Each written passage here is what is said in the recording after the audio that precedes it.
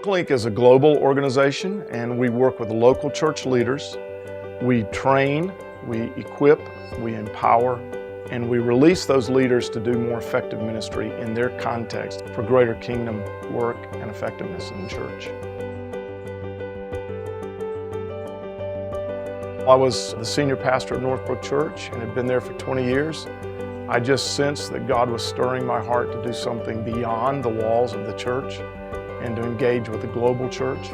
And the desire began to materialize, and it began to take shape and form. And in 2008, we launched this ministry to help resource under-resourced areas of the world and church leaders around the world.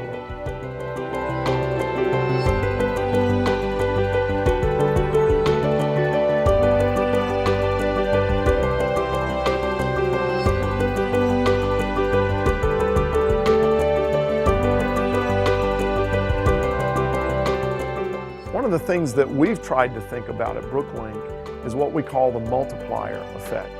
That is, to think strategically about how we can multiply our influence around the world, connecting with significant leaders, pouring into their networks, and seeing a multiplier effect in terms of the influence that we're able to have around the world. We can train those key leaders and influence them, and then release them to go back to their networks and do the same kind of training with their networks.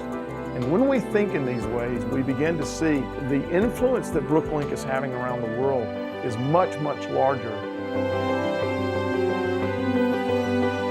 One of the principles that we really subscribe to at BrookLink is that we don't want to go overseas and do things that we're not willing to do here in our own context.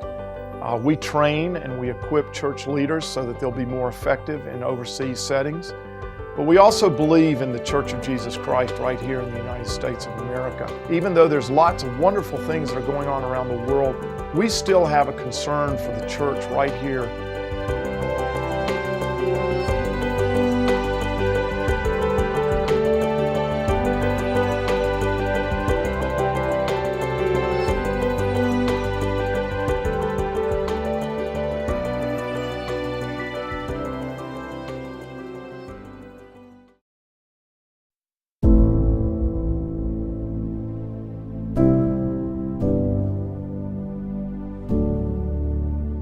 One of the things that I love to do when I'm with global leaders in any context is to help them see the part that they play in the bigger story of life.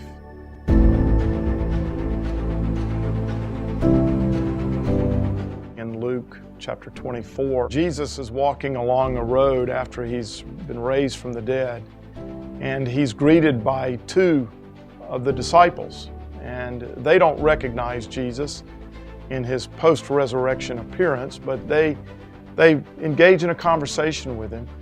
And as the conversation goes, Jesus begins to reveal who he is, and he starts to open up their minds to all of the Old Testament scriptures and what the Old Testament scriptures taught about Jesus. And one of the things that Jesus was doing is something that I think is very, very important for people around the world today, and that is to understand the bigger story that God is writing across the ages of human history. And that story is still being written, and he's using us as a part of that story.